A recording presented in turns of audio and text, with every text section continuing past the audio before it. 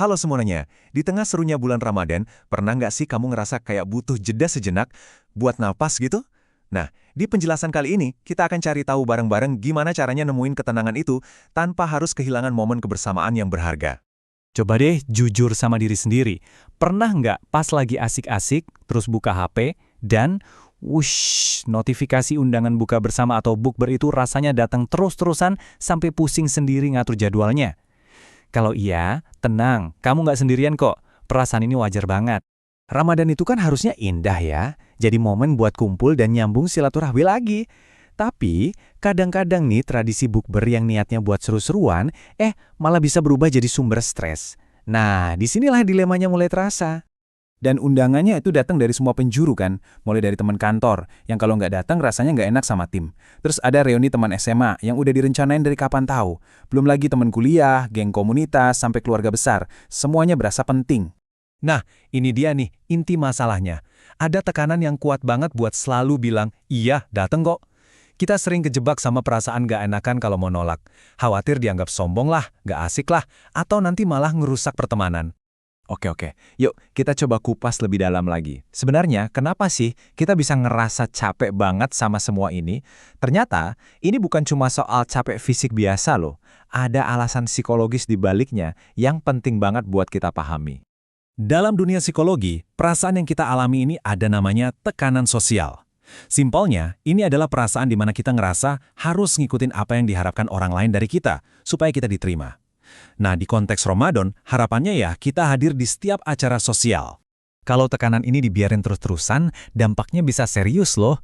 Bisa memicu social burnout, yaitu kondisi di mana ketemu orang lain malah bikin capek. Emosi kita jadi gampang terkuras, kualitas ibadah jadi buru-buru karena ngejar jadwal, dan ujung-ujungnya ya stres. Jadi perasaan lelah kamu itu valid banget. Terus, solusinya gimana dong? Kuncinya ada di satu hal yang super penting, batasan pribadi atau personal boundaries. Jangan mikir ini kayak kita bangun tembok buat ngejauhin orang ya. Anggap aja ini seperti pagar pelindung buat diri kita sendiri, biar Ramadan kita lebih tenang dan bermakna. Jadi, apa sih batasan pribadi itu? Gampangnya gini, ini tuh garis nggak kelihatan yang kita buat ngelindungin hal-hal paling berharga yang kita punya. Waktu kita, energi kita, sama kesehatan emosional kita.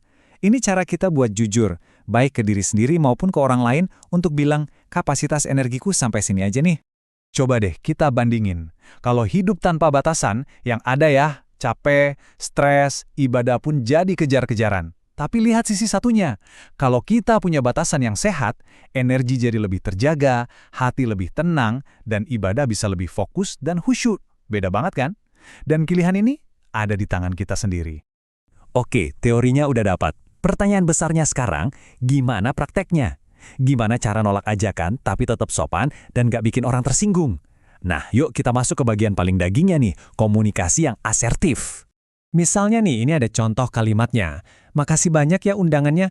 Maaf banget minggu ini aku mau fokus istirahat sama ibadah dulu. Semoga lain kali kita bisa ketemuan ya. Nah, perhatiin deh, nadanya tetap sopan, tetap menghargai, tapi juga jelas dan jujur sama kondisi kita.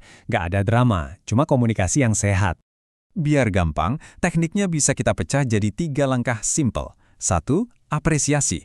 Bilang makasih dulu udah diundang. Ini menunjukkan kita menghargai mereka. 2. Kasih alasan yang singkat dan jujur. Nggak perlu ngarang cerita. Cukup bilang lagi butuh istirahat. 3. Tawarkan alternatif kalau memungkinkan. Ini nunjukin kalau kita tuh nolak acaranya, bukan orangnya.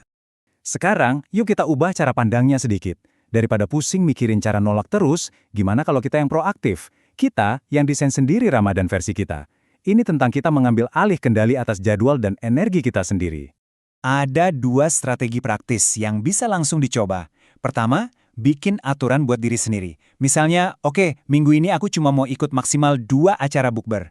Kedua, dan ini penting banget, sengaja blok kalender kamu. Bikin hari kosong di mana kamu nggak punya jadwal apa-apa. Bener-bener hari buat istirahat dan recharge energi. Selain ngatur jadwal, jangan lupa juga buat merawat batin kita.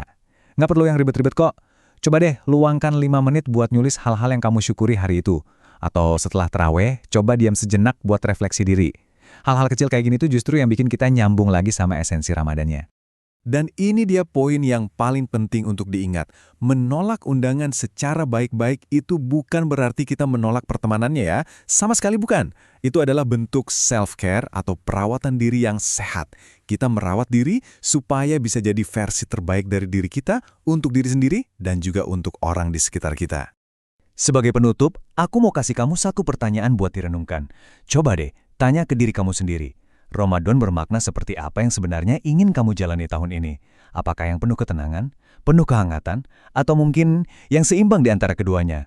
Jawabannya ada pada dirimu, dan kamulah yang memegang kendali untuk mewujudkannya. Terima kasih sudah menyimak.